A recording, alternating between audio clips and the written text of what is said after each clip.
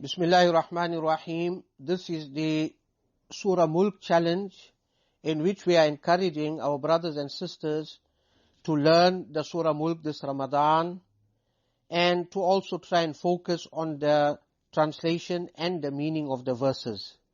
So inshallah today we cover ayat number 5.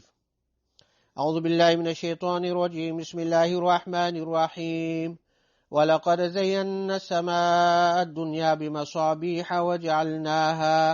وَجَعَلْنَاهَا رُجُومًا لِلشَّيَاطِينِ وَأَعْتَدْنَا لَهُمْ عَذَابَ السَّعِيرِ صدق الله العظيم. The translation, indeed we have adorned the nearest sky with lanterns, and we have made them a means of pelting the devils.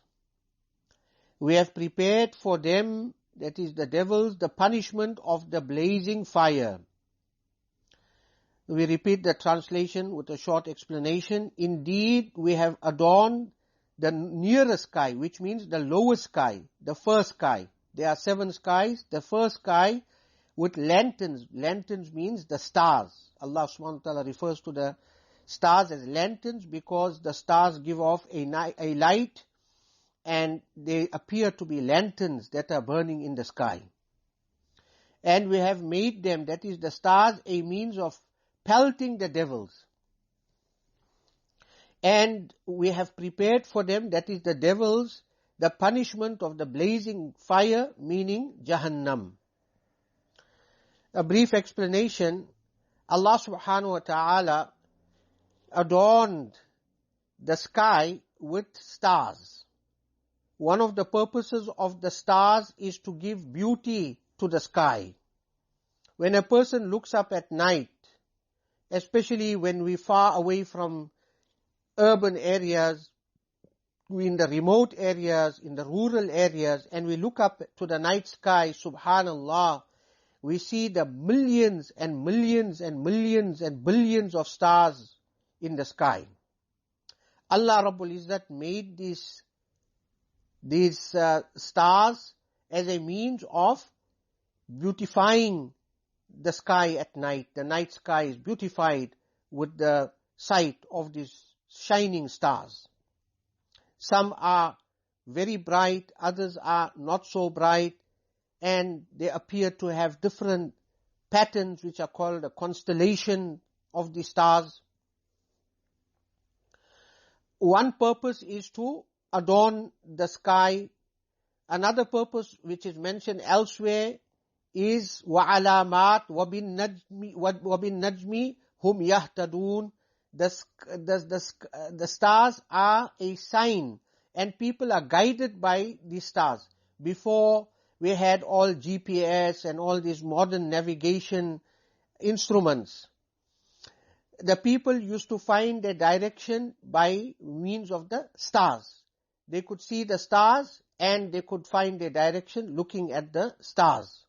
So that is one other objective of creating the stars. And the third objective of creating the stars is that they are the means of stoning and pelting the shaitans, the devils. The devils, Allah has given them amazing strength and power. They can traverse huge distances in seconds. And they go up right into the atmosphere. They go right up into the skies. And the intention of going close to the sky is to overhear the conversation of the malaika. Then they snatch some information and they come down and they give that information to the fortune tellers.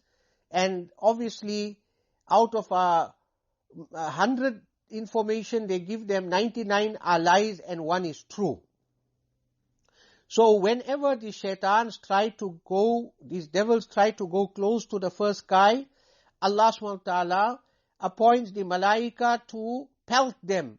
And they use the stars to pelt these devils.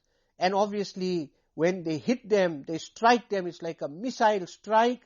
They get burnt out, but that is not the end of them. They will still be subjected to the blazing fire of Jahannam. The shaitans, the devils.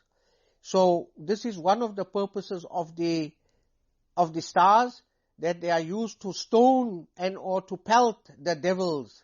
the shaitans when they go up into the skies to steal information. The appearance of it looks like a shooting star. Many a times we see a shooting star, like it looks like a star is shooting across the sky. That is actually the pelting of the shaitans, and therefore when we see that sight, we should read أعوذ بالله من الشيطان الرجيم. وآخر دعوانا الحمد لله رب العالمين.